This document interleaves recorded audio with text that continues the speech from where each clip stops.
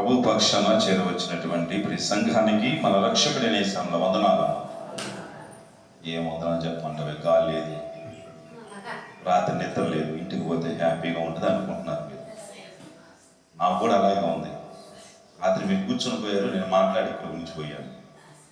So కానీ దేవుని వాక్యం వినటం, దేవుని వాక్యాన్ని మనం ధ్యానం చేయటం అనేది ప్రతి ఆదివార దినం వస్తే మనకు దేవుడు ఇచ్చినటువంటి భాగ్యం. యాక్చువల్గా ఈ యొక్క వారంలో నేను రేపు 15వ తారీఖు అందరికి హాలిడే ఉంది. శుక్రవారం రోజు ఆగస్టు 15th. ఎట్లా మన సంఘంలో ఒక ప్రత్యేకమైన స్త్రీల కూడిక జరుగుతుంది కాబట్టి ఒక ప్రత్యేకమైన స్త్రీల కూడిక ఒక 2 మెసేజ్లు ఉండేటట్లుగా పగల అరేంజ్ చేద్దాము అని చెప్పేసి ఒక ఆలోచన ప్రభు ఇస్తున్నాడు. మీరందరూ పనికి వెళ్తున్నారు కదా? అందరు చిన్నమ్మ పనికి వెళ్తున్నారా? అందరూ అదే ప్రతిగా నేను అడిగాను. అందరు వెళ్తున్నారు కదా? ఊరు పాటు మనకు అవసరం లేదు. ఆడవాళ్ళ పని అది, మనం మాట్లాడకూడదు. ఓకే, మీరందరూ ఒకళ్ళు ఇంటికాడ ఉండే పని అయితే మంచి దైవజనులని పిలిచి ఒక మీటింగ్, పగలు ఒక మీటింగ్ అరేంజ్ చేయాలని చెప్పేసి ఒక ఆలోచన ఉంది. సోదరులతో మాట్లాడి ప్రభు చిత్తం అయితే ఆగస్టు 15వ తారీఖు ఉదయకాల వేళ 10 గంటలకు స్టార్ట్ అయ్యి 1 గంటకు ముగించబడుతుంది. సో మళ్ళీ భోజనాలు అది ఇదని పెట్టుకున్నాం అనుకోండి, మళ్ళీ ఇంత అయింది. సో అట్లా కాకుండా సింపుల్గా ఎట్లా మనం ఆహారం తిని వస్తాం కాబట్టి మళ్ళీ ఇంటికి పోయి తింటాం కాబట్టి ఇక్కడ తినవలసిన అవసరం లేదు కాబట్టి కావాలంటే టీ స్నాక్స్ ఏమైనా అరేంజ్ చేసుకున్నాం. 2 మెసేజ్లు, ఒకరు ఫస్ట్ ఒకరు చెప్తారు, తర్వాత ఇంకొకరు చెప్తారు. దూర ప్రాంతం నుంచి మనం దైవజన్ను పిలిచి ఇట్లాగా మనం అరేంజ్ చేసుకుంటే ఇంకా సంఘం బలపడుతుంది. అంత మాత్రమే కాదు, సంఘంలో నేను నమ్ముతుంది ఏంటంటే సంఘంలో కొంచెం ఉద్యోగంగా ఉందంటే కేవలం ఈ స్త్రీల కూడికలు ఇలాగా 3 గంటల ప్రార్థనలు జరగటం వల్ల అనుకుంటున్నాను. ఒక్కొక్కరు మీరు బలపరుచుకుంటున్నారు. తప్పకుండా మీరు దేవుడి కృపలో వర్ధుల్లాగా ప్రవచితం అయితే ఆగస్టు 15వ తారీఖు నైట్కి మన సంఘ పెద్దలు బాలమావయ్య గారి ఇంటి వద్ద ప్రత్యేకమైన జ్ఞాపకార్థ స్త్రీ కూడిక ఉంది. ఆ దినము మన సంఘ పెద్దలు ప్రభుదాస్ అండి గారు, బాలయ్య మామ గారు ప్రభు యొద్దకు చేరినటువంటి దినం. సో ఎక్కడైనా ఆ ఇంటికాడైనా ఈ ఇంటికాడైనా ఇద్దరం జ్ఞాపకం చేసుకున్నాం. తప్పకుండా ఆ కార్యక్రమం పగలు కూడా అలాగైతే బాగుంటుందని చెప్పి చిన్న ఆలోచన ఉంది. ప్రభు చిత్తం అయితే ప్రభు నడిపిస్తే సోదరులతో మాట్లాడి ఆ యొక్క అది అరేంజ్ చేద్దాం. ఓకే, ఈ సమయంలో దేవుని వాక్యాన్ని కొద్ది నిమిషాల సేపు మనము ఆలకిద్దాం. ఒక 2 వారాల క్రితము తమ్ముడు జాన్ యొక్క ఆ అధ్యాయాన్ని మన ముందు ధ్యానించాడు. మరొక మారు ఈ యొక్క అధ్యాయం జోలికి నేను వెళ్ళాలని చెప్పేసి ఆశ కలిగి ఉన్నాను. అపోస్తలుడు పౌలు హెబ్రీ సంఘానికి రాసినటువంటి హెబ్రీ పత్రిక 11వ అధ్యాయము 1-2 వచ్చిన భాగాలని మనము మన ధ్యానాంశం మనం చదువుకున్నాం. హెబ్రీ సంఘానికి అపోస్తలుడు పౌలు రాసినటువంటి పత్రిక 11వ అధ్యాయము విశ్వాసము అనునది నిరీక్షించబడు వాటి యొక్క నిజ స్వరూపమును అదృశ్యమైనవి ఉన్నవనుటకు రుజువునయ్యున్నది. దానిని బట్టి పెద్దలు సాక్ష్యము పొందిరి. ప్రపంచములు దేవుని వాక్యము వల్ల నిర్మాణమైనవనియు అంటూ కొన్ని మాటలను మనము అక్కడ గ్రహిస్తున్నాం. దానిని బట్టి పెద్దలు సాక్ష్యము పొందిరి అని అంటున్నాం. ఈ యొక్క హెబ్రీ పత్రికలో 11వ అధ్యాయానికి ఒక చక్కని పేరు ఉన్నదండి. మీ అందరికి తెలిసి ఉండాలి కూడా. ఇది ఏ పట్టిక? విశ్వాస వీరుల జాబితా అని అంటారు. ఈ బైబిల్ గ్రంథములో ఉన్నటువంటి ఒక ఖచ్చితమైనటువంటి భక్తి శిఖరాలను ఈ యొక్క అధ్యాయంలో మనం చూడవచ్చండి. కొంతమంది వారి యొక్క ఫలాలను బట్టి విశ్వాస వీరులైతే, కొంతమంది వాళ్ళ వరాలను బట్టి విశ్వాస వీరులైనట్లుగా మనం గమనిస్తున్నాం. 12వ వచనం వరకు వారి యొక్క ఫలాలను బట్టి వారు విశ్వాస వీరులయ్యారు. 13వ వచనం నుంచి వారి వరాలను బట్టి వారు విశ్వాసులే. ఇక్కడ మీకు సందేహం కలగవచ్చు, వరాలేంటి ఫలాలేంటి అని చెప్పేసి. మీకు అర్థమయ్యేటట్టు చెప్తున్నా. వరాలు అని అంటే నాకు మంచిగా పాటలు పాడే వరం ఉందనుకోండి, బహుశా నేను ఆ వరాన్ని బట్టి దేవుని నామాన్ని మహిమపరుస్తాను, గణపరుస్తాను, దేవుని స్తుతిస్తాను. బహుశా అది నా వరాన్ని బట్టి దేవుణ్ణి స్తుతించడం, గణపరచడం, దేవుని భక్తి చేయడం. కానీ కొంతమంది ఆ దేవుని నమ్ముకున్నందుకు ఆ భక్తిలో ఉన్నటువంటి తీవ్రతను, లేకపోతే భక్తిలో ఉన్నటువంటి ఆ శిఖరాన్ని అందుకోవటానికి ప్రయత్నం చేస్తారు. ఈ దినం నేను దేవుని కోసం భక్తిగా బ్రతకాలి, ఈ దేవుని దేవుని చూపించాలి అని చెప్పేసి తన భక్తిని తన క్రియలో పెట్టి భక్తిగా బ్రతుకుతాడు. చూడండి, ఆ భక్తి ఫలాలు మనం చూస్తాం. అంత మాత్రమే కాదు, ఒకరు నన్ను గట్టి కొట్టారనండి, నేను ఎందుకులేండి, నన్ను నేను చెప్తాను. ఒకరిని కొట్టారనకండి, అక్కను కొట్టారనకండి, అక్క కొట్టిన వెంటనే అక్క ఏంటి అని చెప్పేసి అరవకుండా, అయ్యా ప్రభు నేను క్షమించను గాక, నేను దేవుణ్ణి నమ్ముకున్నా, నేనేం అనలేని చెప్పి వెనక్కి వెళ్ళింది అనుకోండి. బహుశా అక్కడ ఏమవుతుందండి, ఆ భక్తికి ఫలం కనిపించింది. సో ఇక్కడ వరాలను బట్టి బహుశా దేవుని నామాన్ని మహిమపరచవచ్చు, దేవుని ప్రకటించవచ్చు. కొంతమంది పాపము చేస్తూ కూడా వరాలను బట్టి కనపరుస్తారు, అక్కడ ప్రస్తావించబడలేదు. కానీ ఫలాలను బట్టి బహుశా నీవు విశ్వాస వీరుడు అయితే తప్పకుండా నీ విశ్వాస వీరుల జాబితాలో తప్పకుండా నీవు కూడా నేను కూడా చేరతాం. తుదకు మనందరికీ ఈ యొక్క వ్యక్తులు మాదిరికరంగా ఉన్నారు. ఈ మొదటి వచనం నుంచి 12వ వచనం వరకు బహుశా విశ్వాస వీరుల జాబితాలో ఫలాలను బట్టి దేవుని విశ్వాస వీరులైనట్లుగా మనం చూస్తున్నాం. వారి పేర్లు ప్రస్తావించబడి 13వ వచనం నుంచి వారి వరాలను బట్టి దేవుణ్ణి మహిమపరిచారు, అందును బట్టి వారి విశ్వాస వీరు. వారి పేర్లు ప్రస్తావించబడలేదు, వారి కార్యాలే ప్రస్తావించబడ్డాయి. కనుక ఒక మాట, ఇక్కడ కూర్చున్న మనందరం విశ్వాసులమే. నేను విశ్వాసం కాదన్న వాళ్ళు ఎవరూ లేరు, ప్రతి ఒక్కరము విశ్వాసులం. కానీ విశ్వసించాం కాబట్టి విశ్వాసులమా, లేకపోతే నువ్వు ఫలించే ఫలాలను బట్టి విశ్వాసవా, నీ వరాలను బట్టి విశ్వాసవా? విశ్వసించాం కాబట్టి దేవుని నమ్మాం, మారాం, దేవుడి కృపలో వర్ధిల్లుతున్నాం, దేవుడిలో కొనసాగుతున్నాం. అయితే నీ విశ్వాసంలో వీరత్వం ఉందా? వీరత్వం అంటే ఏంటండి? వీరుడు అని అన్నారు అనుకోండి, ఎవరండి?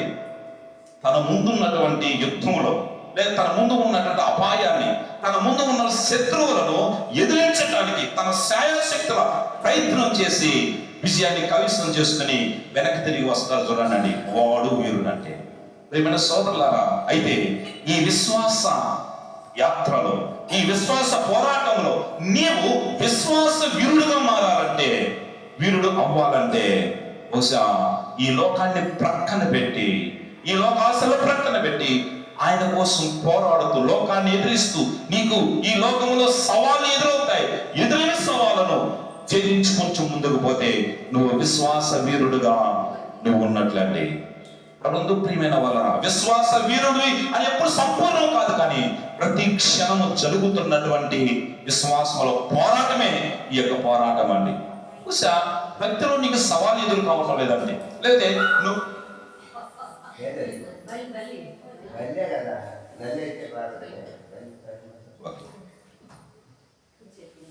టకాన్ పైకి లేస్తాయి. నాకు లలిత గుర్తొచ్చింది.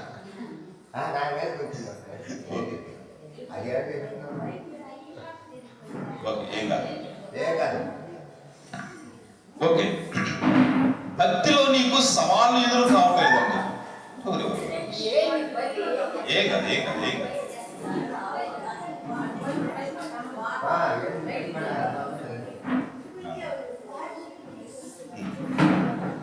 అది గోడ మీద కావండి.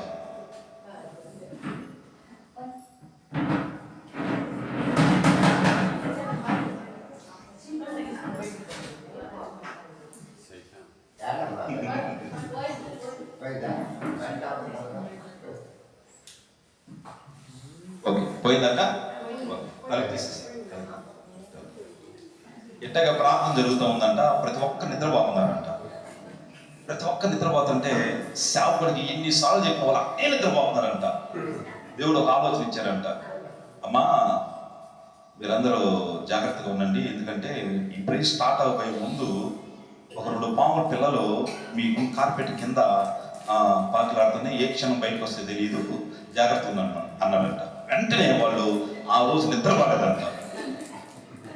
సో అట్టుంది మీరు కూడా కొంచెం నిద్రపోతుంటే సో ఎలక్ట్ చేశాడు. ఓకే, భక్తిలో సవాలు ఎదురు కావటం లేదంటే, భక్తిలో నీకు సవాళ్ళు నీ ముందుకు రావటం లేదంటే ఒకసారి నువ్వు లోకముతో రాజీ పడుతున్నావని ఖచ్చితంగా చెప్పవచ్చు అండి. నేను దేవుడిని నమ్ముకున్నందుకు నాకు శ్రమలు రాలేదనుకండి, నాకు బాధలు రాలేదనుకండి, లేకపోతే ఒకసారి నీతికి అన్యాయానికి మధ్య నాకు ఒక నిర్ణయం రాలేదనుకండి, ఒకసారి నీ భక్తి నిజమైన భక్తి కాదు, లోకంతో రాజీ పడిపోతున్నట్టే. కానీ ఎప్పుడైతే భక్తిలో సవాళ్ళు ఎదుర్కొంటున్నావంటే నీ భక్తి ఖచ్చితమైనది అని ఈ సమయంలో ప్రభు మనతో మాట్లాడుతున్నాడు. కనుక విశ్వాస జీవితం ప్రతిదినము పోరాటమే. ఇక్కడ ఉన్న వాళ్ళందరూ, ఇప్పుడు ఇక్కడ మనం చదువుకున్న వాళ్ళందరూ విశ్వాసపు మైలురాళ్ళు.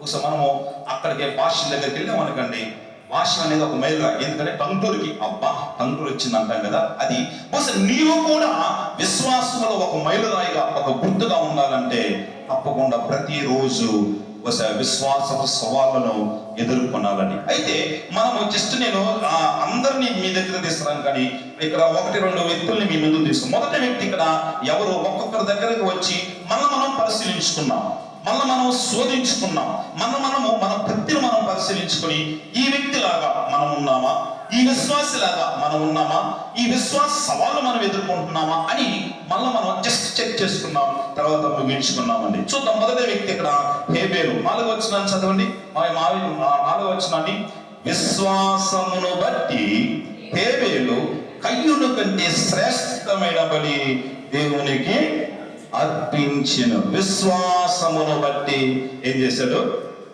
బలి అర్పించాడు. ఈ హేబేలు అనే వ్యక్తి ఎవరు కొడుకు అండి? హేబేలు అనే వ్యక్తి ఎవరు కొడుకు? కయ్యూను కొడుక? ఆదాము హవ్వ కొడుకు. సో ఈయన దేవుణ్ణి చూడలేదు. ఎందుకు బట్టి అంటే దేవుడు వాళ్ళ యొక్క పాపాన్ని మన్నించకుండా వారి విషయంలో కోపగించుకుని ఏదేని నుంచి బయటికి తరిమేస్తాడండి. తరిమేసినప్పుడు అప్పటి నుంచి ప్రభు కనపడటం మానేవేశాడు. అయితే ఆయన దేవుని చూడకపోయినా కూడా తన తండ్రి చెప్పాడు, అయ్యా ఆ ఏదైనా తోటలో మనం ఉండాలి, ఏదైనా తోటలో మేము ఆనందించాలి, ఏదైనా తోటలో సమృద్ధి ఉంది, ఏదైనా తోటలో ఏది కావాలంటే తినొచ్చు, ఏదైనా తోటలో ఉండే ప్రతి ఉదయం ప్రభు వస్తాడు, ప్రతి సాయంత్రం ప్రభు వస్తాడు, అంత మాత్రమే ఆయన సహవాసం చేస్తాం, ఆయన నవ్విస్తాడు, ఆయన ఆనందింపజేస్తాడు, ఆయన వచ్చి మన యొక్క బాగోగులు పరిశీలిస్తాడు. ఎంత బాగుండేదో అప్పుడు. అయితే మేము బహుశా మా బుద్ధి గట్టి తిని నేను పాపం చేశాను, నా పాపాన్ని తీసుకుని నాన్నకి ఇచ్చాను, అందరూ సర్వనాశనం అయ్యాం అని చెప్పేసి తన తండ్రి చెప్పిన మాట ప్రకారము విశ్వసించిన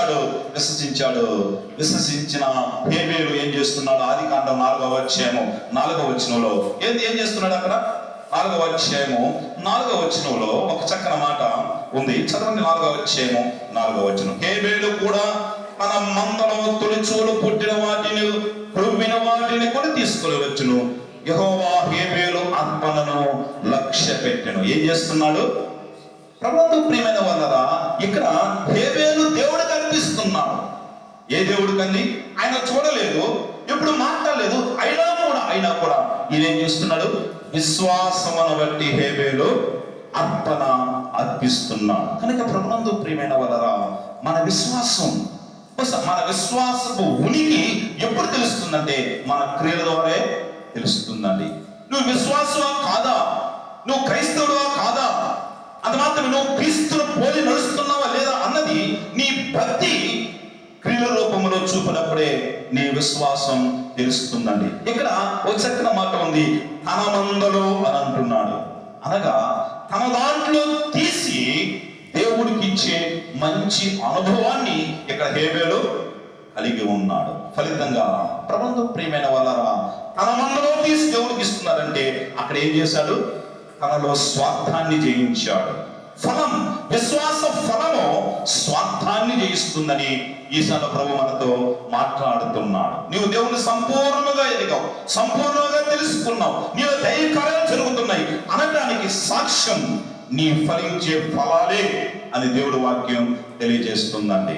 నేను దేవుళ్ళో ఉన్నాను, దేవుళ్ళు ఫలిస్తున్నాను, దేవుళ్ళు బాగా ఉన్నాను అని అసలు నీవు అనుకోవటం కాదు, నీ ప్రక్కవారు అంటం కాదు, నీ భార్య నీ భర్త అంటం కాదు, కానీ దానిలో ఫలించే ఫలాలే ఫలితాలుగా దేవుడికి చూపుతాయి. అనగా నీలో ప్రేమ ఉపకాలి, అది మాత్రమే నీలో త్యాగం ఉపకాలి, నీలో ఉన్నటువంటి అనుభవం ఉపకాలి, నీలో అనురాగం ఉపకాలి, నీలో ఉన్నటువంటి నమ్మకత్వం, నీలో ఉన్నటువంటి ఆ యొక్క దేవుడు అంటే భయం, నీలో ఫలితాన్ని దేవుడికి తెలియచేయాలి. ఇలాంటి ఫలితాలు లేకుండా ఒక విశ్వాస వీరుల జాబితాలో నువ్వు నేను ఉండాలంటే ఎప్పటికీ కుదరదండి. ప్రియమైన సోదరులారా, ప్రియమైన సోదరు, రక్షించబడిన వారు ఏ ఫలాలు ఫలిస్తున్నావు? రక్షించబడ్డావు, మారు మనసు పొందావు, దేవుడి కృపలో వర్ధిల్లుతున్నావు, ఆయన చేసిన మేలను పొందుకుంటూ ముందు కొనసాగుతున్నావు. రక్షించబడిన వారు వారి విశ్వాస జీవితంలో ఎట్టి ఫలాలు ఫలిస్తున్నారో, రక్షించబడినటువంటి వారు నీ ఫలాలు చూసి దేవుడి యొద్దకు రావాలి. నీ ఫలాలే ఇతరులకు, రక్షించబడిన వారికి, అది మాత్రమే కదా లోకానికి ఒక ఉపదేశంగా మారాలని దేవుడి వాక్యం తెలియజేస్తుంది. మారుతున్నామో మన ఉపదేశంగా? ఒక భక్తుడు చక్కని మాట అన్నాడండి, 10,000 ప్రసంగాల కంటే ఫలించిన ఒక్క జీవితమే చాలా శ్రేష్టమైన జీవితం అన్నాడు. నువ్వు అనేక చోట్లకి వెళ్ళా, అక్కడ ఇక్కడ ఎక్కడెక్కడో ఒక 10,000 ప్రసంగాలు చేసావు అనుకోండి, దానికంటే నువ్వు దేవుడి కోసం భక్తిగా జీవిస్తూ ఈ లోకయాత్ర ముగిస్తే నీకంటే శ్రేష్టమైన వారు ఎవరూ లేరండి. అసలు నాకు గొంతు రాదండి, నేను పాడలేనండి, నేను ప్రార్థించలేనండి, నేను దేవుడికి ఇయ్యలేనండి అని చెప్పేసి నువ్వు అనుకుంటున్నావు కదా. దేవుడి వాక్యం తెలియజేస్తుంది, నీ ప్రసంగం కంటే నీ ప్రవర్తన చాలా ప్రాముఖ్యమండి. ఇక్కడ హేబేలు తన మందలను గొర్రె అనగా తన అంతరంగంలో ఏ ఆలోచన కలిగి ఉన్నాడు? అయ్యా, నాది నీకు ఇవ్వాలి ప్రభువా, నీవు నాకు ఇచ్చినది నేను నీకు ఇవ్వాలి అనగా తన స్వార్థాన్ని గెలిచిన వాడుగా ఉన్నాడు. స్వార్థాన్ని గెలవటం విశ్వాస ఫలమని ఈశ్వర ప్రభు మనతో మాట్లాడుతున్నాడు. స్వయాన్ని గెలవకపోతే నీవు ప్రభువును చూపించలేవు, నీ స్వార్థాన్ని గెలవకపోతే నువ్వు ప్రభువును ఇతరులకు చూపించలేవండి. ప్రియమైన సోదరు, స్వార్థాన్ని గెలుస్తున్నామా? నాది నా అని చెప్పే మనస్సు నీలో నుంచి ఎప్పుడైతే తొలగపోతుందో అప్పుడు ప్రభు నిన్ను విశ్వాస వీరుల జాబితాలో లిఖిస్తాడండి. అందుకే పౌలు అంటున్నాడు, ఏమన్నాడు? ఇక జీవించువాడను నేను కాదు, నా యందు క్రీస్తే జీవిస్తున్నాడు. ఎప్పుడైతే మనం రక్షించబడ్డామో, ఎప్పుడైతే బాప్తిసం తీసుకున్నామో, నిన్న అనేక మునిగామో, నీవు జీవిస్తున్నావు, కానీ నీలో జీవిస్తున్నవాడు ఎవరండి? ప్రభువే జీవిస్తున్నారు. రక్షించబడిన మనం ఇలాంటి జీవితాన్ని జీవిస్తుంటే ప్రియమైన వాళ్ళరా, ఈ దేవుని సన్నిధానానికి వచ్చి బాప్తిసం తీసుకొని అది మాత్రమే కాదు, నీ స్వయాన్ని జయించి ప్రభువులాగా జీవిస్తూ ఉంటే మంగళవారం మైక్ అవసరం లేదండి, ఇలా మీటింగ్లు పెట్టిన అవసరం లేదండి, శనివారం ప్రార్థన అవసరం లేదండి, మైకులు పెట్టి ఇతరులకు ప్రకటించడం అవసరం లేదు. కానీ నీ జీవితమే ఇతరులకు ఒక సాక్ష్యంగా, ఒక ప్రసంగంగా పోతుందని ఈ సంఘ ప్రభు మనతో మాట్లాడుతున్నాడు. కనుక ప్రభుత్వం ప్రియమైన సోదరులారా, విశ్వాస వీరుడు హేబేలు తన మందలో అనగా తన స్వార్థాన్ని జయించిన వాడుగా ఉన్నాడు. హేబేలు దేవుడు చూడకపోయినప్పటికీ విశ్వాసాన్ని బట్టి తన మందలో అని అంటున్నాడండి. ఇంకొకటి అక్కడ ఏమంటున్నాడు? 4వ వచనంలో హేబేలు కూడా తన మందలో తొలిచూలు పుట్టిన అని అంటున్నాడు. ఏందండి? తొలిచూలు ఏమంటున్నాడు? పుట్టిన. ప్రియమైన సోదరులారా, పెద్ద కుమారుడు అంటే అందరికి ఇష్టమే. పెద్ద కుమారుడు అంటే ఇష్టం లేని వాళ్ళు బహుశా ఎంత అమాయకులైనా కూడా పెద్ద కుమారులు అంటే తల్లిదండ్రులకి అందరికి ఇష్టమే. మా నాన్నగారికి మా అందరి మీద, మా పెద్దక్క మీద ఉంటుంది, పెద్దక్క మీద బాగా ఇష్టం ఉంటుందండి. బహుశా అందరూ ఒక రకంగా చూసేది, మా నాన్నగారు మా పెద్దక్కని ఒక విధంగా చూసేది. బాబు ఎత్తులో ఆ అక్క అంటే ఎంత ఇష్టం అంటే ఒకసారి చెప్పాడు, ఏముంది అయ్యా, అందరూ ఏదో చదువుకొని ఏదో మంచి కాపరాలు ఇచ్చావు, ఏదో కష్టపడుతుంది అయ్యా అని అట్లా సేవ్ చేసేవాడు. కానీ పెద్ద కుమార్తె అంటే మా నాన్నగారికి ఇష్టం. బస్ మీకు కూడా మీ కుమార్తెలు పెద్ద కుమారుడు అనగా తొలిచూలు పుట్టిన వారంటే చాలా ఇష్టం అండి. ప్రభువు ప్రియమైన వారు, హేబేలు తొలిచూలది దేవుడికి ఇవ్వాలి అని అన్నాడు. దేవుడు కూడా లేవీకాండంలో 3వ అధ్యాయంలో తొలిచూలది నాది అని అన్నాడు. అతి తొలిచూలది హేబేలు దేవుడికి ఇస్తున్నాడు. అనగా తన యొక్క మందలోని దానికి ఇవ్వటానికి స్వార్థాన్ని జయించాడు. అంత మాత్రమే కదా, తొలిచూలుది ఇచ్చి దేవునికి ఏం చేస్తున్నాడు? ప్రాధాన్యత ఇస్తున్నాడు. తన మందలోది తీసి అయ్యా నాది నీకు ఇస్తున్నానని స్వార్థాన్ని జయించి విశ్వాసాన్ని ప్రకటించాడు. రెండవది, తొలిచూలుది ఇచ్చి దేవుడికి ప్రాధాన్యత ఇస్తున్నాడు. మనందరం ఆయన రక్తంలో కడగబడినటువంటి మనం. అంత మాత్రమే ఆయన ప్రభుల వర్ధిల్లుతున్నటువంటి వారము, ఆయన కోసం సాగేటువంటి వారము, అంత ఎన్నో మేలు పొందుకున్న వారము ఆయనకు ప్రాధాన్యత ఇస్తున్నామా? తొలుచులది దేవునికి ఇచ్చేట నిస్వార్థ విశ్వాసిగా నీవు నేను ఉన్నామా? నీ ధనములో తొలుచులు దేవునికి ఇస్తున్నావా? నీ ధాన్యములో తొలుచులు దేవునికి ఇస్తున్నావా? నీ కష్టార్జితములో తొలుచులది దేవునికి ఇస్తున్నావా? నీ సంతోషములో తొలుచులది దేవునికి ఇస్తున్నావా? ప్రియమైన సోదరులారా, ప్రియమైన సోదరి, ఇక్కడ దేవుడు నిన్ను అడుగుతున్నాడు, తొలుచూలది దేవుడికి ఇచ్చే ప్రాధాన్యత నీవు కలిగి ఉండాలండి. ప్రియమైన సోదరులారా, ఒకసారి విషయం వచ్చింది కాబట్టి అసలు నేను ఎప్పుడు ఎలాగా విషయం ఎప్పుడు చెప్పకూడదని చెప్పేసి అని అనుకుంటాను. బస్ ఇచ్చే దాని గురించి చెప్తే ఈ పాస్ ఇంటే అని అనుకుంటారు. కానీ ప్రభుత్వ ప్రియమైన చెప్పకపోతే ఒకసారి నేను 2 వారాల క్రితం ఒక మెసేజ్ విన్నానండి. ఒక దైవజనుడు చెప్తున్నాడు, నా సంఘం దరిద్రంగా ఉండడానికి నేనే కారణం అని చెప్తున్నాడు. ఏంది నేనేంది కారణం? అయ్యా వీళ్ళ దరిద్రం చేసింది నేనే ప్రభు, నన్ను క్షమించయ్యా. వీరిని పేదవాళ్ళుగా చేసింది నేనే ప్రభు, నన్ను క్షమించమని ప్రార్థన చేస్తాను. ఎందుకు అయ్యా నువ్వు అట్లా చేస్తున్నావంటే, వారికి ఇవ్వటం గురించి నేను చెప్పలేదు కనుక, వారి గురించి ఇస్తే కలిగే మేలు గురించి నేను చెప్పలేదు కనుక వారు దరిద్రులుగా మారిపోతున్నారు అని చెప్పేసి చెప్పాను. ప్రభుత్వం ప్రియమైన తొలుచులు దేలిపిస్తున్నావా? తొలుచులని నాకు ఒక విషయం గుర్తొస్తుంది. ఒకనొక సమయంలో ఇక్కడ ఎన్నో బాక్సులు ఉండేయండి, బియ్యము సంబంధించిన బాక్స్. ఏదో ఆశించి నేను చెప్పలేదు, దయచేసి మీరు ఎన్నిదా భావించవద్దు. ఇక్కడ ఎన్నో బాక్సులు ఉండేవి, కానీ ఇప్పుడు కొన్నే కనిపిస్తున్నాయి. మిగతా వారు ఎవరు అన్నం వండుకోవటం లేదా? ప్రియమైన వాళ్ళరా, ప్రియమైన సోదరి, దేవుడు నీతో మాట్లాడుతున్నాడు. బహుశా నేటి కాలంలో ఇంట్లో అన్నం వండుకోవడానికి కావలసినంత ధాన్యం ఉంటుందంట. ఒకనొక సమయంలో, బహుశా మీ అందరికి పెద్దవాళ్ళకి తెలుసండి, ఒకనొక సమయంలో వరి అన్నం వండుకుంటే అది పెద్ద ప్రమాణం వండుకున్నట్టంట. కానీ నేటి కాలంలో దేవుడు సమృద్ధిని ఇస్తున్నాడు. అన్నం వండుకోవడానికి కావలసినవి ఉంటున్నాయి, కానీ వండుకుని సంతృప్తిగా తినడానికి ఆరోగ్యమే లేదు. కారణం, ఈ ధాన్యంలో దేవుడికి స్థానం ఇవ్వటం లేదు, ప్రథమం తెలియటం లేదు. ఒకసారి నువ్వు బియ్యానికి నువ్వు వంటకు సంబంధించి బియ్యం వేసుకుంటావు, ఒక గుప్పిలి తీస్తావు. ప్రభా మొదటి గుప్పిలి తీసుకు నీకు ఇస్తున్నాను నాయనా, ఈ ఆహారాన్ని దీవించు ప్రభా, ఈ ఆహారం సమృద్ధి ప్రభా, ఈ ఆహారము నాకు దీవెనకరంగా, నా బిడ్డలకు దీవెనకరంగా శక్తిని, బలాన్ని, ఆరోగ్యాన్ని చేయి ప్రభా అని చెప్పి ఒక చిన్న ప్రార్థన చేసి మొదటి గుప్పిలి తీసుకొచ్చి ప్రభు కోసం సమర్పించలేవా? ప్రియమైన సోదరులారా, ప్రియమైన సోదరి, అందులో బట్టి నేను ప్రార్థన చేసినప్పుడు అసలు నేను ప్రార్థన చేస్తున్నాను, అయ్యా వారు తిన్న ఆహారం దీవెనకరంగా చేయి, త్రాగు నీళ్లు దీవెనకరంగా చేయి. అంత మాత్రమే కాదు, వారు పీల్చడానికి దీవెనకరంగా చేయి. 4వ విషయం నేను యాడ్ చేస్తున్నాను, ఏంటంటే వారు వేసుకునే మెడిసిన్ కూడా దీవెనకరంగా చేయమంటున్నాను. ఇది బట్టి అంటే అట్లా ఉంది మన పరిస్థితి. ప్రియమైన సోదరి, ప్రియమైన సోదరులారా, ప్రథమంగా దేవుడికి ఇచ్చే అనుభవం నీలో నాలో కలిగి ఉండాలండి. ప్రియమైన సోదరులారా, ఎందుకు బట్టి అంటే ఒక పెద్ద ఆయన అంట ఒక మంచి బైక్ కొన్నాడంట.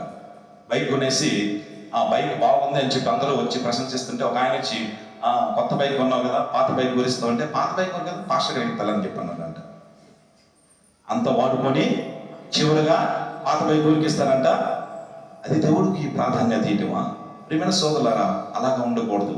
తన రొమ్మును ఆడుకున్నటువంటి ఏకైక కుమారుడు, అత్యధిక కుమారుడిని మనకి ఇవ్వటానికి ఆయన ఎలుదరికి లేదండి.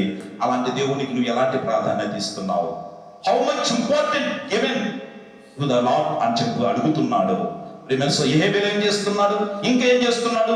మొదటిగా తన మందలో తీసుకొచ్చి ఇచ్చాడు, తొలిచూలు తీసుకొచ్చి ఇచ్చాడు, అంత మాత్రం శ్రేష్టమైనది తీసుకువచ్చి ఇచ్చాడు. బహుశా ఆ గొర్రెలన్నిటి వెతుకుతున్నాడు. అయ్యా ఏది శ్రేష్టమైనది, ఏది లోపం లేనిది, ఏది బాగా ఉన్నది, ఏది నునుపుగా ఉన్నది, ఏదో బాగా పువ్వు పట్టిందని చెప్పి ఆ గొర్రెలన్నింటినీ వెతుకుతున్నాడు. ఎందుకు? దేవుడికి శ్రేష్టమైనది ఇవ్వాలని. నీవు కూడా వెతుకుతున్నావా? మనం కూడా వెతుకుతున్నావా అండి? వెతుకుతున్నాం కొన్నిసార్లు. ప్రియమైన సోదరులారా, జేబులో చేపెట్టి బహుశా గ్రీన్ పేపర్ కనబెడితే లోపల దోస్తున్నాం, బ్లూ పేపర్ పెడితే లోపల దోస్తున్నాం, ఇంకా లైట్ బ్లూ అయితే ఇంకా లోపల దోస్తున్నాం, రెడ్ కలర్ అయితే వెంటనే తీస్తున్నాం. ప్రియమైన సోదరులారా, ప్రియమైన సోదరి, అసలు దేవుడితో మాట్లాడుతున్నాడు. దేవుడికి ఇచ్చే శ్రేష్టమైనది నీకు ఏది తక్కువ కాకుండా దేవుడు ఎంతవరకు అన్నిటినీ ఇస్తున్నాడు. ఏది తక్కువ కాలేదండి, ఏది తక్కువ కాలేదు. జాగ్రత్త ప్రియమైన సోదరి, నువ్వు ఇచ్చేది చూస్తున్నాడు, నువ్వు ఇవ్వాల్సింది చూస్తున్నాడు, నువ్వు ప్రవర్తన చేస్తున్నావు. నువ్వు ఇచ్చే మనస్సు వెనక ఉన్నటువంటి ఆలోచన కూడా దేవుడు చూస్తున్నాడు. అందుకు ఒక చక్కని మాట ఉంది లోకరాష్ట్ర వర్తమానంలో. దేవుడు యేసుక్రీస్తు లోకరాష్ట్ర వర్తమానం 21వ అధ్యాయం 7వ భాగంలో ఒక మాట ఉంది. జస్ట్ దీని గురించి నేను ప్రస్తావన లేదు, కానీ ఎందుకు దేవుడు గుర్తు చేస్తున్నాడు. లోకరాష్ట్ర వర్తమానం 21వ అధ్యాయం 7వ వచనం చూడండి. అప్పుడు వారు బోధకుడా, అలాగైతే 21వ వచ్చిన భాగం మొదటి వచ్చిన భాగం, కానుక పెట్టెలో తమ కానుకలు వేయిచున్న ధనవంతులను ఆయన ఎట్లా చూశారంట? చూశారంట. దేవుడు యేసుక్రీస్తు ద్వారా సమయంలో ఇక మందిరానికి వచ్చారంట. మందిరానికి వచ్చినాడు, వచ్చి కూర్చొని పాటలు పాడి ఏదో దేవుని స్తుతించకుండా ఎక్కడ కానుకల బాక్స్ ఉందో అక్కడ కూర్చున్నాడు. సరే ఈయన దగ్గర కూర్చున్నాడని చెప్పి ఆనాడు పాస్టర్ గారు అనుకున్నారేమో. కూర్చున్న తర్వాత ఒక్కొక్కరు వేసే కానుక ఏం చేస్తున్నాడు? పార చూస్తున్నాడు. ప్రియమైన సోదరులారా, నువ్వు వేసే కానుక చూస్తున్న దేవుడు నీ దైవజనులు చూడకపోవచ్చు, నీ పక్కవారు చూడకపోవచ్చు, నీ ఎదువారు చూడకపోవచ్చు, కానీ నీ దేవుడు తప్పకుండా చూస్తున్నాడన్న వాస్తవాన్ని ఈ సమయంలో ప్రభు మనతో మాట్లాడుతున్నాడు. కనుక ప్రభునందు ప్రియమైన సోదరి, ఆయనకు తొలుచున్నది శ్రేష్టమైనది ఇచ్చేటువంటి మనస్సు మనకు ఉండాలండి. ప్రియమైన సోదరులారా, ప్రియమైన సోదరి, దేవుడి సొమ్మును దొంగిలించే వ్యక్తిగా నువ్వు ఉన్నావేమో. దేవుడికి ఇవ్వవలసింది ఇవ్వకుండా ఇంకా ఇది నాది అని చెప్పేసి దేవుడి సొమ్మును దొంగిలించే వ్యక్తిగా ఉన్నావు. నీ దశమాంశాలను, నీ స్వేచ్ఛార్పణలను, అన్నమా నీ కానుకలను, నీ ప్రథమ ఫలాలను దేవుని సన్నిధికి తీసుకురావాలి. అది నియమండి, అది ఆజ్ఞండి. కానీ ప్రియమైన సోదరులారా, ప్రియమైన సోదరి, మీ ధనం దేవుని ధనం కావటం లేదంటే నీ ధనం వేరే ధనం అవుతుందండి. ప్రియమైన సోదరులారా, నువ్వు వర్ధిల్లిన కొలది దేవుడికి ఇచ్చే వ్యక్తిగా ఉండాలని. ఆయనకి ఇచ్చి నువ్వు అడగాలి, ఆయనకి ఇచ్చి నువ్వు మొదలుపెట్టాలి. ఆయన ఇవ్వకుండా నాకు అది కావాలి, నాకు ఇది కావాలి అని చెప్పేసేసి ప్రియమైన సోదరులారా, నువ్వు అడిగితే నీ ప్రార్థన వ్యర్థంగా మారిపోతుంది. ఎందుకంటే ఆయన చెప్పింది నువ్వు చేయలేదు. ఆయనకి ఇవ్వలేదని కాదండి, ఆయన చెప్పినది నువ్వు చేయలేదు కనుక బహుశా దేవుడు తన కార్యాలను నీ జీవితంలో చేయడండి. చాలా మంది ప్రియమైన సోదరులారా, అన్నింటిలో వీరత్వం, దైవ కార్యాలన్నింటిలో వీరత్వం ప్రదర్శిస్తారు, నేను వీరుని అన్నట్లుగా ప్రవర్తిస్తారు. కానీ ఈ యొక్క ఇచ్చే కార్యక్రమంలో తన వీరత్వం అనేది ఉండటం లేదు. ప్రియమైన సోదరులారా, ఏదో ఆశించి నేను చెప్పడం లేదు. ప్రియమైన సోదరులారా, అన్నిదా భావించవచ్చు. మీ సహోదరునిగా, మీ దైవజనుడిగా మీ మేలు కోరి చెప్తున్నానండి. దేవుడికి ఇవ్వవలసింది ఇవ్వండి. దేవుడికి ఇవ్వవలసిన దానికోసం 24 సోదరులు అవసరం లేదండి, రాజీ పన్ను అవసరం లేదండి. ప్రియమైన సోదరులు, దేవుడి సొమ్ము మీద కొంతమంది వారి పెత్తనాలు చేస్తారండి. నేను దానికి ఇచ్చాను, దీనికి ఇచ్చాను, అది ఇచ్చాను, ఇది ఇచ్చాను అని చెప్పేసి దేవుడి సొమ్ము మీద నీ పెత్తనం అవసరం లేదు. ప్రియమైన సోదరులారా, దేవుడు చెప్పింది చేయటమే నీ యొక్క పరమావధి. కనుక ప్రభునందు ప్రియమైన దేవుడికి ఇవ్వవలసిన సొమ్మును దేవుడికి ఇచ్చి ఆయన విషయంలో మేలు పొందుకున్నాం. హేబేలు ఇలాగా దేవుడికి ఇచ్చాడు కనుకనే ప్రభునందు దేవుడికి అంతరంగంలో సంతృప్తి ఇచ్చాడండి. అది మాత్రం దేవుడికి అర్పణ ఎందుకు, దేవుడికి బలింటికి ఇంకా మొదట చూశాడు, తొలిచూలుదని పట్టుకున్నాడు. అది మాత్రమే కాదు, నామంగళయ్యాలనుకున్నాడు, స్వార్థాన్ని వీడిన వాడిగా ఉన్నాడు. శ్రేష్టమైనది వెతికాడు, శ్రేష్టమైనది తీసుకొచ్చి ప్రభువు కీయటానికి వచ్చాడు. ఆ బలిందుకు ప్రభువుకి, అయ్యా నువ్వు నాకు నచ్చావు, నీ గొర్రెలు తీసుకో అని చెప్పి అన్నాడేమో బహుశా. కనుక ప్రబంధం ప్రియమైన వాళ్ళరా, మానవుని అంతరంగ యథార్థతను అంగీకరించేవాడు మనం నమ్ముకున్నటువంటి ప్రభు అండి. అంతరంగమందు నీతిని, నిస్వార్థతను కోరుకునేవాడు నువ్వు నమ్ముకున్నటువంటి, నువ్వు పూజిస్తున్నటువంటి దేవాతి దేవుడు. ఆయన ఆకలి తీర్చేది, ఆయన అంతరంగ కోరిక తీర్చేది నీ అంతరంగ ఆలోచన అయితే తప్పకుండా దేవుడు కృపలో వర్ధిల్లుతావు. కనుకనే ఈ యొక్క హేబేలు ఏమైపోయాడు? సాక్షి సమూహపు పట్టికలో, విశ్వాస వీరుల జాబితాలో ప్రథమంగా ఉన్నాడన్న వాస్తవాన్ని ఈ ప్రభు మనతో మాట్లాడుతున్నారు. రెండవది, నేను ముందుకెళ్తున్నా, ఈ ఒక మాట చెప్పి నేను ముగిస్తున్నానండి. హెబ్రీ రాసిన పత్రిక 11వ అధ్యాయం 5వ వచనంలో మరొక మాట ఉంది. హెబ్రీ రాసిన పత్రిక 11వ అధ్యాయం 5వ వచనం భాగం, విశ్వాసమును బట్టి హనోకు మరణమును చూడకుండా కొనుక్కుపోయాను. ప్రియమైన సోదరులారా, ప్రియమైన సోదరి, హనోకు రెండో వ్యక్తి ఎవరు? మొదటి వ్యక్తి హేబేలు. ప్రియమైన తన స్వార్థాన్ని వీరి విశ్వాస వీరుల జాబితాలో ఉన్నాడు. శ్రేష్టమైన దేవుడికి ఇచ్చి విశ్వాస వీరుల జాబితాలో నాది దేవుడికి ఇవ్వాలన్నటువంటి నిస్వార్థ జీవితం అతన్ని విశ్వాస వీరులుగా చేసింది రెండవ వ్యక్తి హనోకు అండి. ప్రియమైన హనోకు అనంటే మనకి మొదటగా వచ్చే ఆలోచన ఆయన ఇష్టుడు, ఆయన దేవుడితో కొనిపోయాడు. ప్రియమైన సోదరులారా, దేవుడికి ఇష్టుడు అనే పదములో నీ యొక్క ఆత్మ సంబంధమైన జీవితం ఉంది. అది చాలా గంభీరమైన పదం అండి. ఆయన ఇష్టుడు అనే పదం. నీ యొక్క శారీరక జీవితం ఉంది, నీ యొక్క వ్యక్తిగత జీవితం ఉంది, నీ సంఘ జీవితం ఉంది, నీ సమాజ జీవితం ఉంది. సమస్తము ఆయన ఇష్టుడు అనే మాటలో దాగి ఉన్నదండి.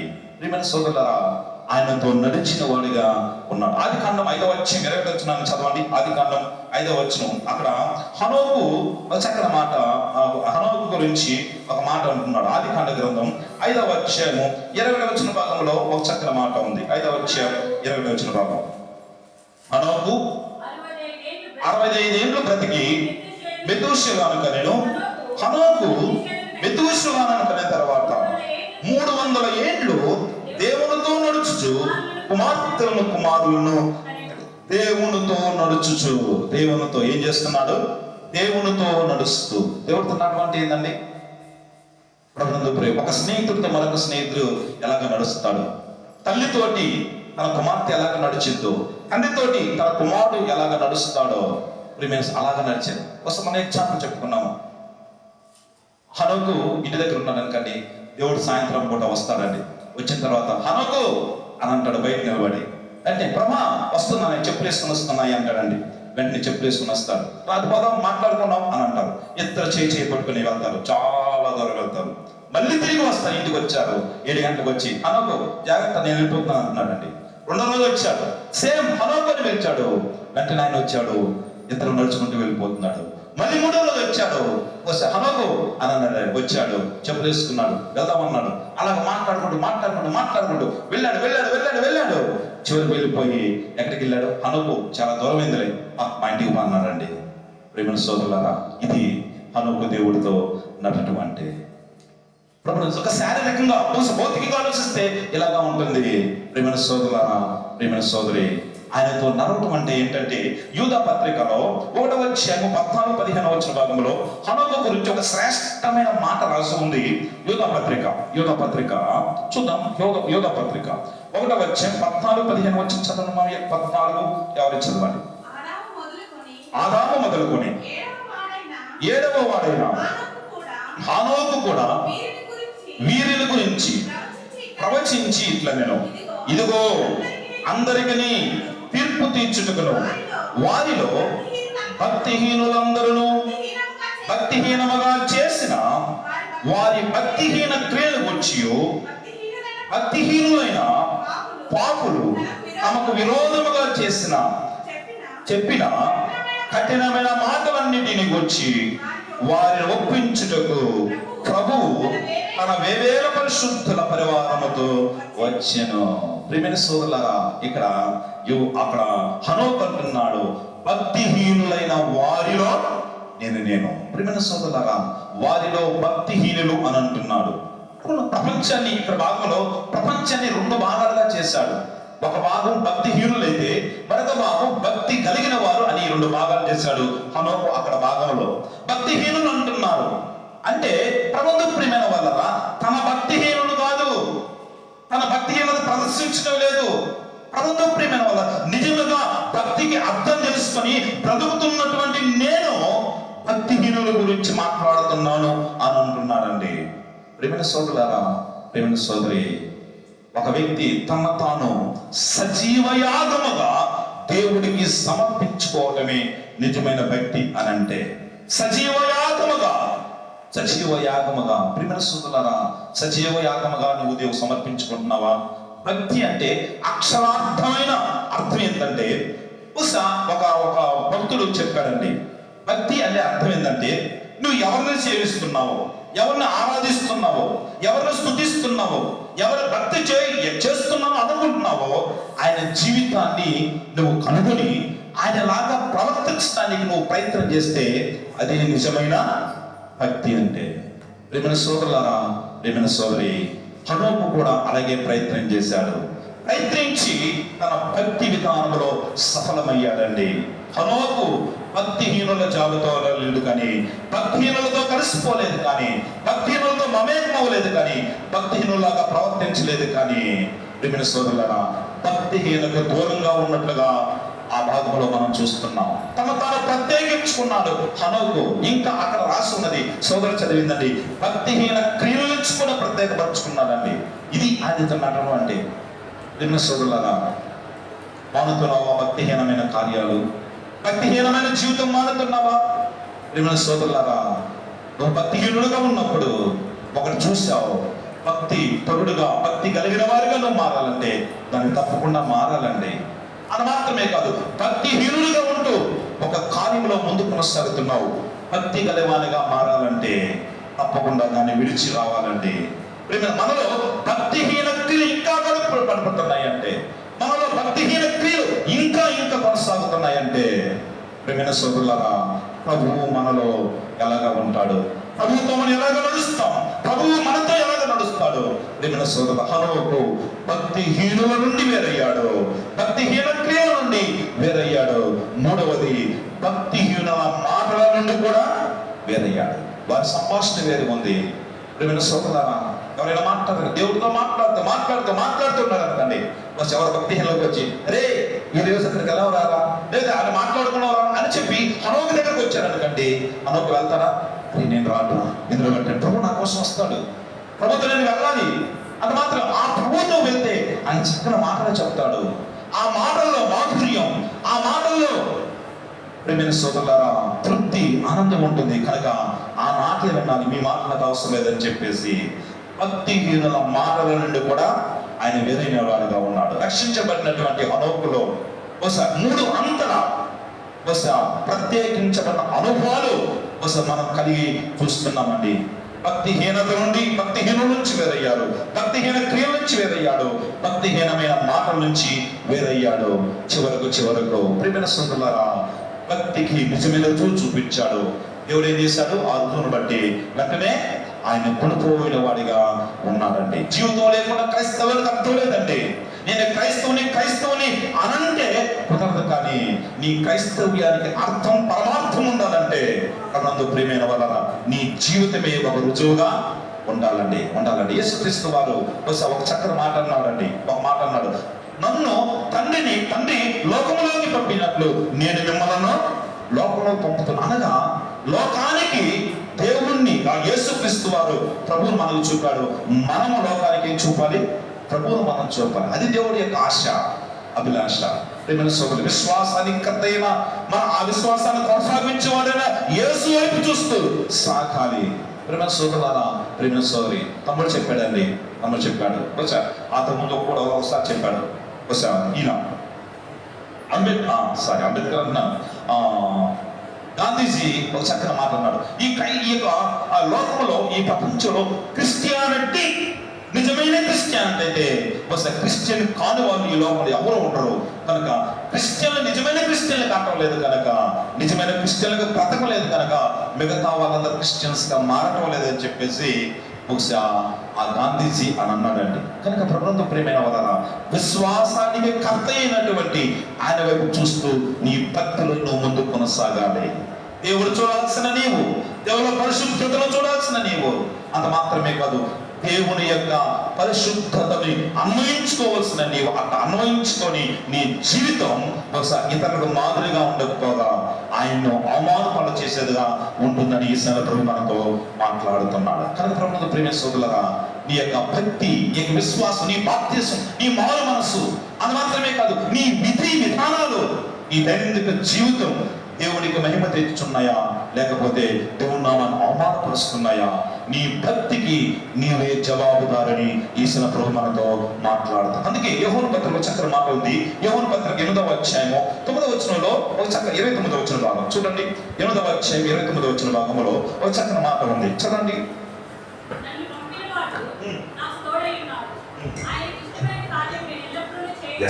ఆయనకి ఇష్టమైన కార్యం ఎవరికి ఇష్టమైన కార్యం? నీకు ఇష్టమైన కార్యం కాదు చేయాల్సిందే, కానీ ఆయన ఇష్టమైన కార్యం నేను ఎల్లప్పుడూ చేస్తాను. దేవుడికి ఇష్టమైన కార్యం నీ జీవితంలో చేస్తున్నావేమో. ప్రేమ సోదరులారా, ఆయన ఇష్టంగా నీవు ఉన్నప్పుడే ఆయనతో పాటు నడగలవు. ఇలాంటి వారికి దేవుడు తోడుగా ఎందుకు ఉండదండి? అయ్యా దేవుడు నాకు తోడు లేడు, నాకు మేలు చేయడం లేదు, నాకు ఉపకారం చేయడం లేదు అని చెప్పేసి నువ్వు అనుకున్నా, నీవు ఆయనతో నడిచేటువంటి అనుభవం నీవు కలిగి ఉన్నావా? హనోకు భక్తిహీను నుంచి వేరయ్యాడు, భక్తిహీన క్రియ నుంచి వేరయ్యాడు, భక్తిహీన మాట నుంచి వేరయ్యాడు. దేవుడితో నడిచిన అనుభవాన్ని పొందుకున్నాడు. విశ్వాస వీరుల జాబితాలో బహుశా ఫలాన్ని సాధించాడు. హనోకు విశ్వాస ఫలం ఆయన జీవితం. హేబెలు విశ్వాస ఫలం ఆయన త్యాగం. అయితే మూడో వ్యక్తిని నేను చూపించిన ముగిస్తాను. అదే హెబ్రీ రాసిన పత్రిక 11:7 మరొక వ్యక్తి, మూడో వ్యక్తి మనం చూస్తున్నాం. చూడండి, మూడో వ్యక్తి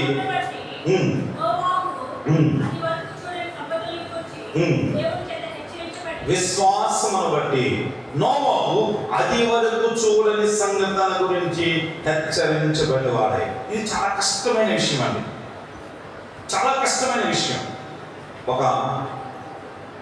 ఒక పిన్నిస్ ఉంది. పిన్నిస్ ఇక్కడ గుచ్చుకుంటాను. నాకు ఎందుకు పిన్నిస్ గుచ్చుకుంటే అని చెప్పి తెలుస్తుంది. అంతకుముందు ఎవరైనా గుచ్చుకుంటే నేను చూశాను, లేక అంతకుముందు నాకు గుచ్చుకున్నా కూడా నేను చూస్తాను. ఎందుకంటే అంతకుముందు నేను చూశాను కనుక వస్తే నేను జాగ్రత్తగా ఉంటాను. అయితే ఇక్కడ నోవహు ఏం చేస్తున్నాడే, అంతకుముందు చూడని విషయాల గురించి హెచ్చరించబడిన వాడి దేవుడి కోసం బ్రతికాడంటే.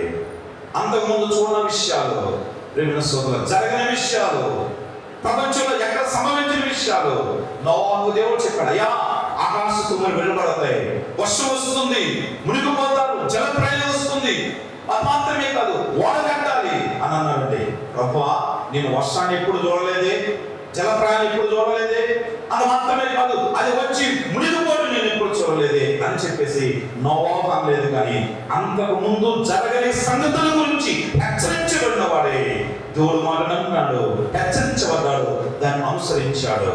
మూడవది విశ్వాస ఫలం క్రియాత్మకంగా ఉండాలండి. నోవహు ఎక్కడ ఓడగొడుతున్నాడు? మన ఆలోచనలో తన ఇంటి ముందు చక్కగా నేల ఉంటే ఆ నేల మీద ఒక ఓడ కడుతున్నాడు. దూరాన పోయి చూశారు, ఏంటో నోవహు ఓడ కడుతున్నావేంటి అంటే, దేవుడు చెప్పాడు వర్షం వస్తుంది. ఒరే పిచ్చోడా, ఈ యొక్క ఓడ ఎక్కడ కట్టాలి? సముద్రంలో కట్టాలి, లేకపోతే నీళ్ళు ఉన్న దగ్గర కట్టాలి, ఇక్కడ ఏమైనా కదా, ఇక్కడ ఎందుకు కడుతున్నావు అని చెప్పేసి తన చుట్టూ వారు ఎవరన్నా తప్పకుండా ఉంటారండి. నది లేదు, సముద్రం లేదు, నీళ్ళు లేదు, బస్ ఎందుకు ఓడ అని చెప్పేసి బస్ అనుకోవాలి. కానీ నోవహు ఏం చెప్పాడు? దేవుడి చేత హెచ్చరించబడ్డా. అంతకుముందు నేను చూడకపోయినా పర్వాలేదు, నేను అనుభవించకపోయినా పర్వాలేదు, నేను ఎక్కడ చూడకపోయినా పర్వాలేదు, కానీ దేవుడి చేత హెచ్చరించబడ్డాను కనుక దేవుడు మాటలను క్రియారూపకంలో నేను పెట్టాలని చెప్పేసి లోకం ఎగతాళి చేస్తుందేమో, తన స్నేహితులు గేలి చేశారేమో, తన కుటుంబం సహకరించలేదేమో, అవేమి అడ్డు కాలేదు. కానీ అడ్డుగా దేవుడు చెప్పాడు చెయ్యాలన్నటువంటి ఒక క్రియారూపకమైన విశ్వాసాన్ని నోవహు చూపించాడు కనుక విశ్వాస వీరుల జాబితాలో పేరు పొందాడండి. దేవుడు చెప్పడానికి, దేవుడు చెప్పింది చేయడానికి, దేవుడి కోసం బ్రతకడానికి నీ స్నేహితులు గేలి చేస్తున్నారేమో, నీ బంధువులు గేలి చేస్తున్నారేమో, నీ ఇంటి వారు వ్యతిరేకిస్తున్నారేమో. కాదు, వారన్నిటికంటే ప్రాముఖ్యమైనది దేవుడి మాట వినడం, దేవుడి మాటకు క్రియారూపకం నీ జీవితంలో చూడటం అనేది తప్పకుండా అవసరం అండి. అప్పుడే నువ్వు విశ్వాస వీరుల జాబితాలో ఉండగలవండి. విశ్వాసని, క్రైస్తవుని, భక్తిపరుని అని చెప్పేసి నువ్వు డబ్బా కొట్టుకుంటే కాదండి. నేను ఆ కథ మాట్లాడడానికి నాకు ఇష్టం లేదు, కానీ నాకంటే కథ వాళ్ళు తెలుస్తా. కానీ ప్రభువు ప్రియమైన వాళ్ళారా, ప్రియమైన సోదరి, ఈ సందేహంలో మాట్లాడుతున్నారు, నీ విశ్వాసానికి క్రియారూపకం ఉండాలండి. నీ విశ్వాస ఫలం త్యాగమై ఉండాలి. త్యాగం చేయాలండి దేవుడి కోసం. నీ విశ్వాస ఫలం నీ జీవితంలో ఇతరులు చూసేదిగా ఉండాలి. హేబెలు విశ్వాస ఫలం తన త్యాగం తొలుచూని దేవుడికి ఇచ్చాడు, తన శ్రేష్టమైన దేవుడికి ఇచ్చాడు, తన మందులోని దేవుడికి ఇచ్చాడు కనుక ఆయన దీవించబడ్డాడు. హనోకు తన జీవితం బహుశా తన భక్తిహీనం నుంచి ప్రత్యేకపరచబడ్డాడు. అది మాత్రమే కాదు, భక్తిహీన మాట నుంచి ప్రత్యేకపరచబడ్డాడు.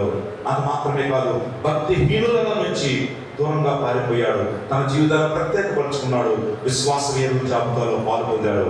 నోవహు అంతకు ముందు వినలేని సంగతుల గురించి దేవుని చేత హెచ్చరించబడి దేవుడు చెప్పాడు నేను చెయ్యాలి. దర్శనం అంతే. ఈ మధ్య ఏంటి, వాన వచ్చిందా, వరద వచ్చిందా, లేకపోతే అది వచ్చిందా, ఇది వచ్చిందా వచ్చే మొబ్బులు ఉన్నాయి లేదా, ఇదేది అనుభవించలేదు. ఇలాగా నోవాహు ఎన్ని సంవత్సరాలు కట్టాడండి?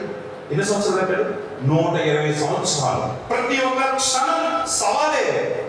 ఉదయాన్నే లేచి వచ్చారు, తలుపు తీశారు అనుకోండి, ఎదురే అనిపిస్తుంది, వాడ అనిపిస్తుంది. అయ్యో వాడ కట్టాను, ఈ వాడ ఎందుకు వచ్చి ఒకసారి ఆలోచన రాదా? తప్పకుండా వస్తుందండి. కానీ దాన్ని సహించాడు, దాన్ని గెలిచాడు, అన్నమాట. ఆ ఆలోచన తీసివేశాడు. నా ప్రభువు చెప్పాడు, నేను చేస్తాను. దర్శనం అంతే. అలాంటి అనుభవం నీకుంటే తప్పకుండా నీ విశ్వాసం దేవుడి చేత హర్షించబడుతుంది, నీ యొక్క భక్తి దేవుడి చేత అభినందించబడుతుంది, నీ యొక్క ప్రణాళిక దేవుడి చిత్తానుసారంగా ఉంటుంది. తుదకు నీ మార్గం సుఖం అవుతుంది, నీ గమ్యం ఆయన చిత్తానుసారంగా ముందుకు కొనసాగుతుంది. దేవుడి వాక్య భాగాన్ని మన కోసం దీవించండి. అందరూ చూసుకోండి. వచ్చిన ప్రార్థన చేస్తున్నా. ఎంతవరకు దేవుడు నీతో మాట విశ్వాస వీరుల జాబితా, విశ్వాస శిఖరాలను ముగ్గురు మన ముందు ఉంచాడు. హేబేలు వలె ఆయన కోసం ఇచ్చేవాడిగా ఉన్నావా? ఆయన ఇచ్చే విషయంలో నువ్వు ఎలాగా ఉన్నావు? దేవుడు సొమ్మును దొంగిలించే వ్యక్తిగా ఉన్నావేమో. కనుకనే నీ ఇంటిలో బీరువాలో ఉండవలసినటువంటి సొమ్ము మరొక దానిలో ఉంటుంది. ప్రేమ సోదరులారా, ప్రేమ సోదరి, అయ్యా నీ యొక్క సొమ్మును, నీ సమయాన్ని, నీకు ఇవ్వవలసిన దాన్ని ఇచ్చేటువంటి మనస్సును నాకు దయచేయనా, నాకు మనస్సును దయచేయ. నీకే స్తుతులు వందనాలు వేలాదిగా చేస్తున్నాను. అంత మాత్రమే కాకుండా అయ్యా హనోకు వలె నీతో నడిచే అనుభవాలు, భక్తిహీనుల నుంచి వేరయ్యే అనుభవాలు, భక్తిహీనత నుంచి వేరయ్యే అనుభవాలు, భక్తిహీనుల మాటల నుంచి వేరయ్యే అనుభవాలు నాకు దయచేయండి. నోవాహు వలె మీరు చెప్పిన మాటకు విధేయత చూపే క్రియారూపకమైన విశ్వాస ఫలం నాకు దయచేయండి. అలాగ లేదేమో, అందరూ బట్టి నాతో మాట్లాడారు, అయ్యా నాతో మాట్లాడారు, చెప్పిన నాతో మాట్లాడారు, విన్న వీరితో మాట్లాడారు, సమస్తముతో మాట్లాడారు. వ్యక్తిగతంగా మిమ్మల్ని దర్శించుకుంటుండగా, వ్యక్తిగతంగా మిమ్మల్ని పరిశీలించుకుంటుండగా అయ్యా మమ్మల్ని సంధించండి. నీకు వ్యతిరేకంగా జీవించాము, భక్తిహీనులతో లోపలతో కలిసిపోయే అనుభవాలు అయ్యా మేము కలిగి ఉన్నామేమో, మమ్మల్ని క్షమించండి, మమ్మల్ని మన్నించండి అని ఒక నిమిషం ప్రార్థన చేద్దాం.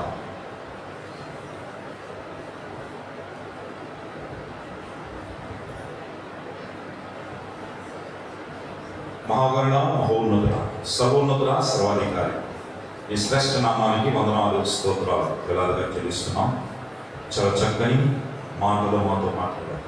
విశ్వాస వీరుల జాబితాలు, విశ్వాస వీరుల మైలురాయిలుగా అయ్యా ఆ ముగ్గురిని మా ముందు ఉంచారు.